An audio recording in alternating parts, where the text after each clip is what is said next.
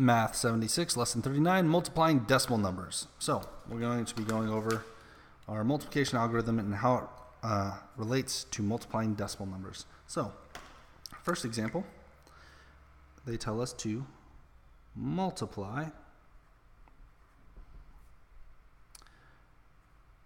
25 hundredths times 7 tenths. Okay? Oh, wait, hold on.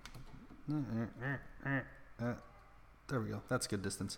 Okay, so we're going to set this up vertically using our algorithm, and I'll go ahead and put the number 25 hundredths on top. So we'll take 0.25, and then if you remember when we were doing addition, we had to line up our decimal points. In multiplication, we do not have to line up anything. We just want to push all of our numbers all the way to the right.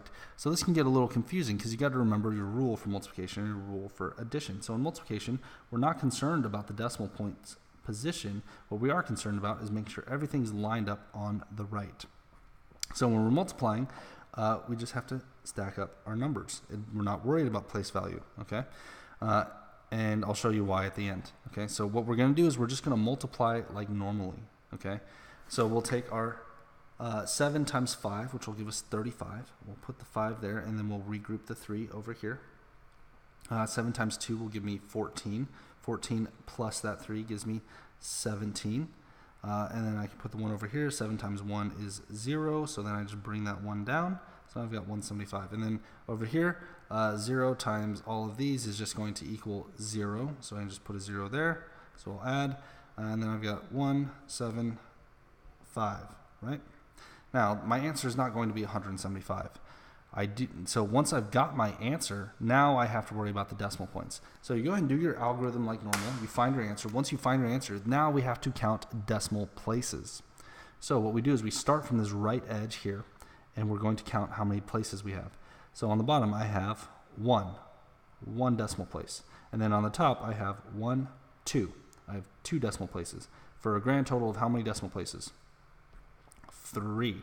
So 3 is going to be the number of decimal places I put in my answer, or it means that my answer is going to be in the thousandths place. So then I start from the right and I count 1, 2, 3 decimal places. That is where my decimal number goes, and then I'll put a placeholder 0 out in front so everyone can see it.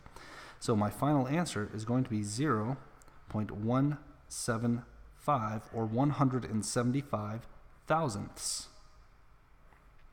All right.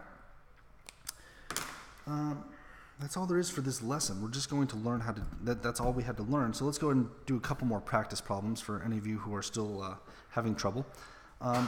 Wait, is there anything else? No, just multiplying decimal numbers. Okay, so let's see if I can find another example. It's a little bit tougher.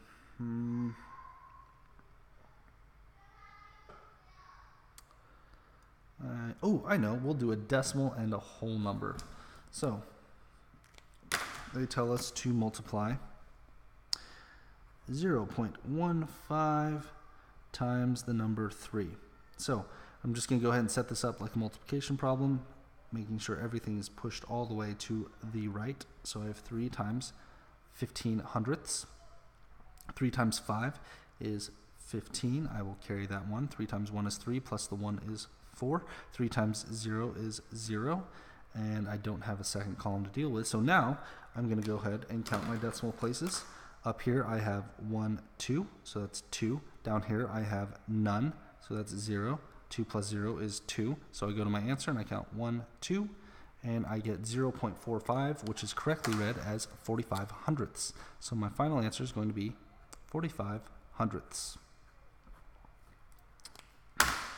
That's it for this lesson. If you have any questions, let me know on the school website, and I will see you in class.